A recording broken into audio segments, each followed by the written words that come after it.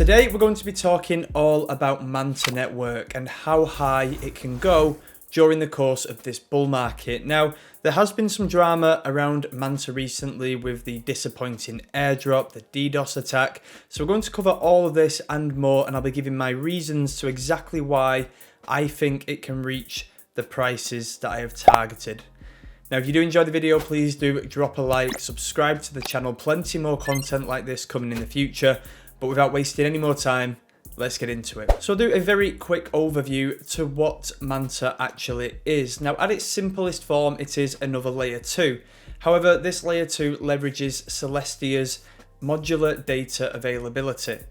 Now, when it comes to modular blockchains, this basically means that different layers are delegated certain tasks, which overall means that one layer is not doing everything, and therefore it is more efficient, meaning more scalability, lower fees, and so on. So in a very simple form, it is a layer 2 using the most recent and the newest technologies available in the blockchain space.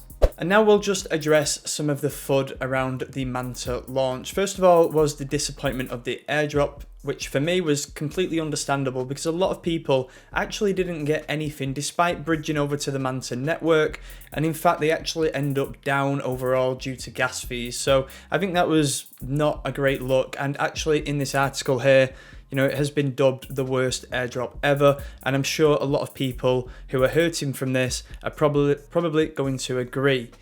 Now, one thing is a disappointing airdrop, then you also have the DDoS attack here, so it is very safe to say that it was not a smooth launch by any means. However, I do believe that all teams, all projects are going to have setbacks. It's about how they deal with them and how they come out the other side. Now, some more positive news looking on the website here, the numbers are pretty impressive considering the age of the Manta Network project. You've got 1.5 billion TVL, which is pretty impressive. It shows that the airdrop campaign was pretty successful for the numbers and the statistics overall.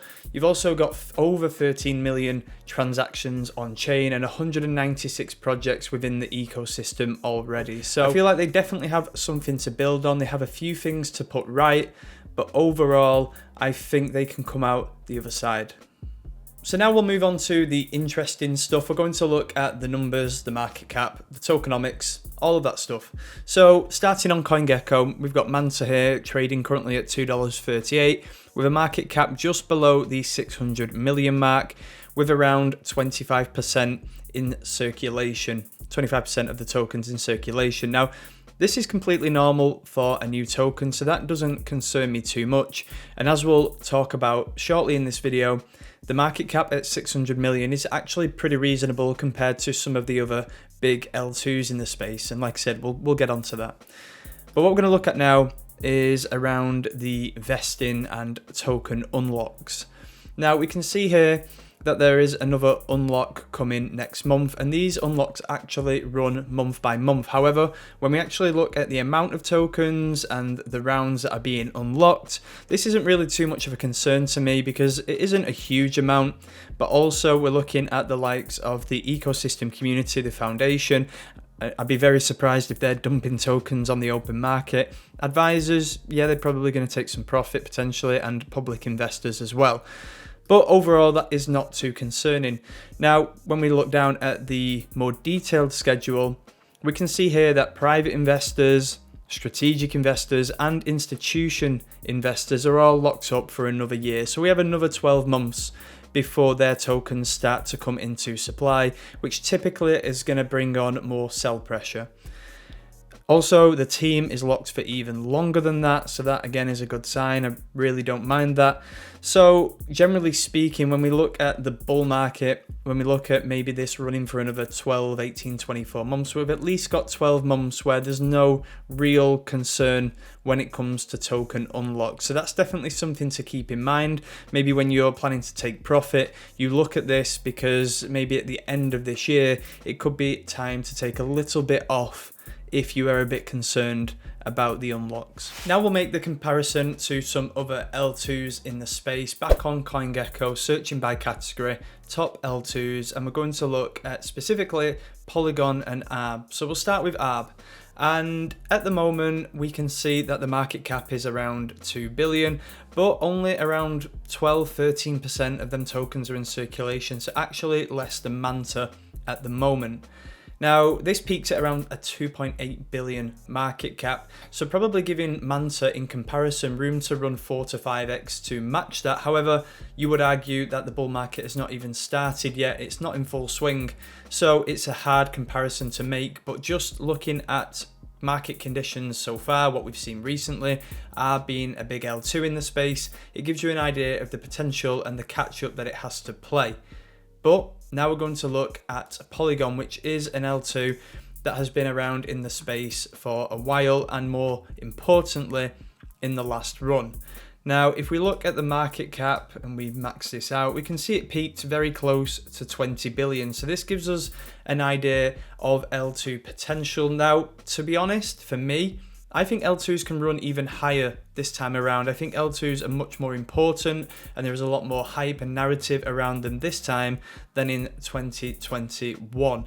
So that is very important for me to keep in mind. But if we're going to make comparisons to the Polygon market cap, you know, we're looking at 600 million against 20 billion, and then it makes you feel like there is even more room to run rather than comparing to ARB. So there are just some comparisons when looking at market cap. Of course, Polygon being around a lot longer, we can see that almost all of their tokens are in circulating supply, which is to be expected when a token is at least, you know, a good few years old at this point.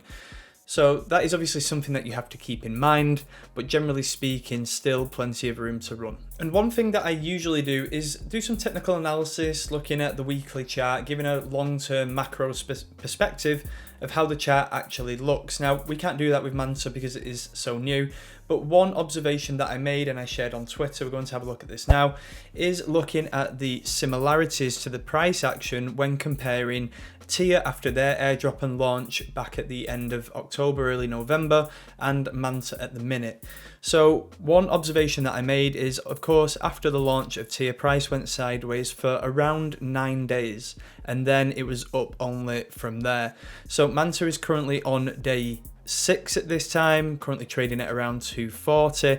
So it makes you wonder, could Manta potentially do a similar run after the initial sell-off and people have dumped their free airdrop tokens? Now, of course, market conditions are very different now. That is something you have to keep in mind because, of course, TIA started this run when the market really started to pick up towards the end of last year.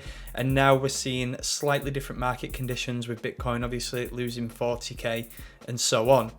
Now, the counter argument to this would be, you know, even when price is looking terrible, there's red across the board, you always have some outliers, you always have some coins that outperform the rest of the market. And because there is no opportunity elsewhere, everybody turns their attention to, you know, a smaller amount of tokens. And the question is, could Manta be one of them? So even though the market is struggling, does everyone want to obviously still make money and turn their attention to one coin that is holding up better than the rest, which could be Manta? So, and now the fun part, the price predictions. And I've done a few of these videos before, and I always give a realistic, optimistic and pessimistic price target. So I'll follow that style again.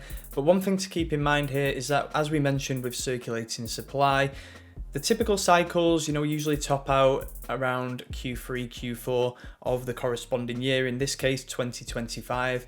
And what I'm working off here is that around 50 to 55% of tokens will be in circulation come November 2025, that kind of area.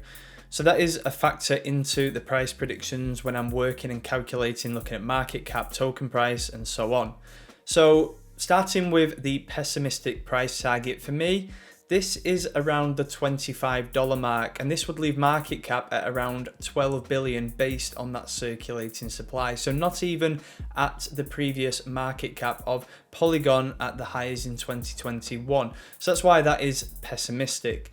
But then if I move on to the realistic, I'm looking closer to the Polygon market cap of 20 billion, maybe a little bit higher, leaving price at around $45 to $50 per Manta token. Then, if we're going to be optimistic, I'm pretty much going to double that and then looking at around the $90 to $100 mark, and this will leave market cap at around 45 to 50 billion. Now, a big ask, but when we looked at the likes of Polkadot L1s and Solana way surpassing this in the last cycle, it's definitely achievable if Manta truly are going to become the leading L2 in the space. And with the backing that they've got, Binance Labs, Polygon and so on, you know, it definitely is within scope if they execute. So that is all for today's video. Please do comment and let me know how you think Manta may perform over the coming years. Do like, subscribe to the channel, turn notifications on. We're gonna have plenty more content like this coming in the future. We're currently uploading 3 times a week, so we're really upping the content and trying to provide as much alpha as possible. But in the meantime, please do trade safe, invest safe, and I'll catch you in the next one.